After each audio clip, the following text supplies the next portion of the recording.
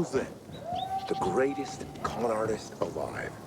One day, he says, this city's full of suckers hoping for a miracle.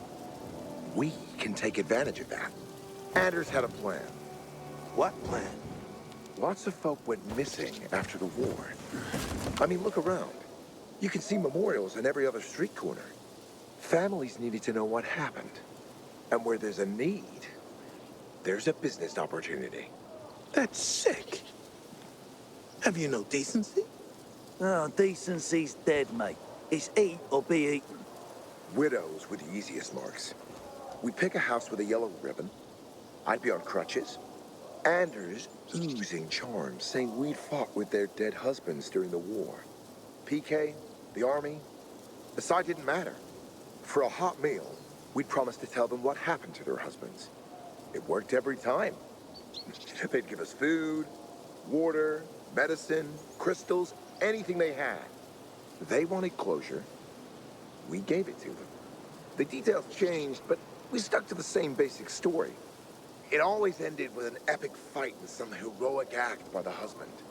In no time, we were richer than kings. At least, we thought we were rich. But then we hit the biggest score of all. Melinda was like every other widow we'd met. Pretty 30-something brunette, blue eyes, living near Meatpacking Square. We did our usual thing. But before we leave, she says, my husband, he was the PK treasurer. The night he died, he told me they had a war chest, medicine, crystals mostly.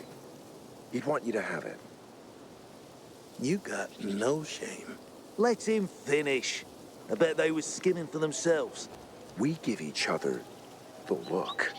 It's in Houndfield, she says, but it's not safe during the day. The next night, we take Melinda to our safe house to gear up. She leads us to this dark zone near the chemical zone. It's in the basement, she whispers, shivering with fright. We tell her to stay behind, because, you know, if there's a fight, she'd just get in our way. You left her on her own? Yeah. Then we went looking for a way in. And eventually, we found it. And? There was no loot. Instead, there was a demolisher in that basement. We barely got out alive. When we got back, Melinda was gone. So was our stash. Medicine, crystals, food. She took everything. On the table, a note. Sorry, guys. Nothing personal. Just business. The biter was bitten. Only in this case, it was a demolisher. Turns out she'd been tracking us for weeks. And we never saw it coming. Anderson and I split up after that. I bet he's still out there hustling. I enlisted with the PKs. But hearing war stories at night, people who actually died fighting for what they believed in, it made me feel guilty every time.